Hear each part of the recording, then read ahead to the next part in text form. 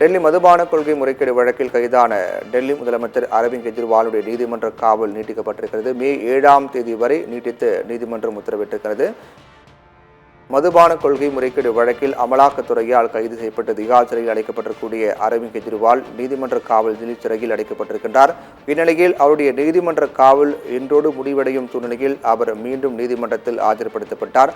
திகார் சிறையில் இருந்து டெல்லி முதலமைச்சர் அரவிந்த் கெஜ்ரிவால் நீதிமன்றம் பிறப்பித்த உத்தரவின் அடிப்படையில் 7ஆம் தேதி மே 7ஆம் தேதி வரை அவருடைய நீதிமன்ற காவல் நீட்டிக்கப்பட்டிருக்கின்றது.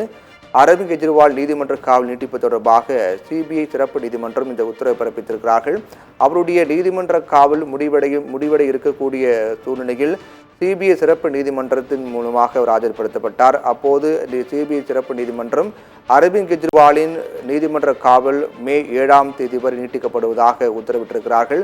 இதன் மூலமாக திகார் சிறையில் அடைக்கப்பட்டிருக்கக்கூடிய டெல்லி முதலமைச்சர் அரவிந்த் கெஜ்ரிவால் நீதிமன்ற காவலானது மே 7ஆம் தேதி வரை நீட்டிக்கப்பட்டிருக்கிறது. 7ஆம் தேதி மீண்டும் அவர் சிபிஐ சிறப்பு நீதிமன்றத்தில் ஆஜர்படுத்தப்படுவார். அப்போது அடுத்த கட்ட நடவடிக்கை என்ன என்பது தெரியவரும்.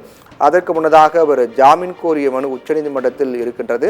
உச்சநீதிமன்றத்தில் ஜாமீன் கோரிய மனு நிலுவையில் இருக்கக்கூடிய சூழ்நிலையில் தற்போது அவருடைய நீதிமன்ற காவல் மே 7ஆம் தேதி வரை, அதாவது 14 நாட்கள் நீட்டிக்கப்பட்டிருக்கிறது. அதற்கு முன்னதாக அவர் ஜாமீன் கோரிய மனு உச்சநீதிமன்றத்தில் விசாரணைக்கு வரும் பட்சத்தில் நீதிமன்ற உத்தரவின் அடிப்படையில் அடுத்த கட்டமாக அவருடைய இந்த விவகாரம் இருக்கும் என்று எதிர்பார்க்கப்படுகிறது. இந்நிலையில் சட்டவிரோதமாக, அதாவது மதுபான கொள்கை முறைகேடு வழக்கில் சட்டவிரோத பண பரிமாற்றங்கள் நடைபெற்றதாக கூறி அமலாக்கத்துறையால் டெல்லி முதலமைச்சர் அரவிந்த் கெஜ்ரிவால் கைது செய்யப்பட்டார். கைது செய்யப்பட்ட பிறகு அவர் ஜாமீன் கோரி டெல்லி உயர்நீதிமன்றத்தில் மனு தாக்கல் செய்தார். அதோடு மட்டுமில்லாமல் அமலாக்கத்துறையின் அனைத்து நடவடிக்கைகளுக்கும் தடை விதிக்க வேண்டும் என்று டெல்லி உயர்நீதிமன்றத்தில் மனு தாக்கல் செய்திருந்தார்.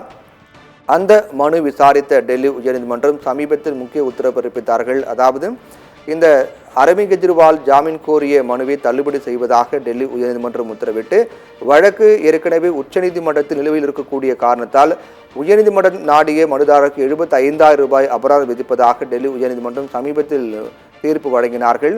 இந்நிலையில் அரவிந்த் கெஜ்ரிவால் ஜாமீன் கோரி தாக்கல் செய்த மனு உச்சநீதிமன்றத்தில் விசாரணைக்கு வர இருக்கக்கூடிய சூழ்நிலையில் அவருடைய நீதிமன்ற காவலானது இன்றோடு முடிவடைகிறது. அதன் காரணமாக சிபிஐ சிறப்பு நீதிமன்றத்தில் அரவிந்த் கெஜ்ரிவால் ஆஜர்படுத்தப்பட்டார். அப்போது இந்த வழக்கு விவகாரம் தொடர்பாக விசாரணை நடைபெற்று வரக்கூடிய சூழல் காரணமாக அரவிந்த் கெஜ்ரிவாலுடைய நீதிமன்ற காவல் மே 7ஆம் தேதி வரை, அதாவது 14 நாட்கள் நீட்டிக்கப்படுவதாக சிபிஐ சிறப்பு நீதிமன்றம் தெரிவித்திருக்கிறது. இதன் அடிப்படையில் மீண்டும் அவர் திகார் சிறையில் அடைக்கப்படுகிறார். 14 நாட்களுக்கு பிறகு மே 7ஆம் தேதி அவர் நீதிமன்ற காவல் தொடர்பாக அடுத்த கட்ட நடவடிக்கை தெரியவரும். அதற்கு முன்னதாக ஜாமீன் கோரிய மனு விசாரணைக்கு வரும் பட்சத்தில் அதில் அவருக்கு ஆதரவாக தீர்ப்பு வருகிறதா அல்லது என்ன நடக்கிறது என்பதை நாம் பொறுத்திருந்துதான் பார்க்க வேண்டும்.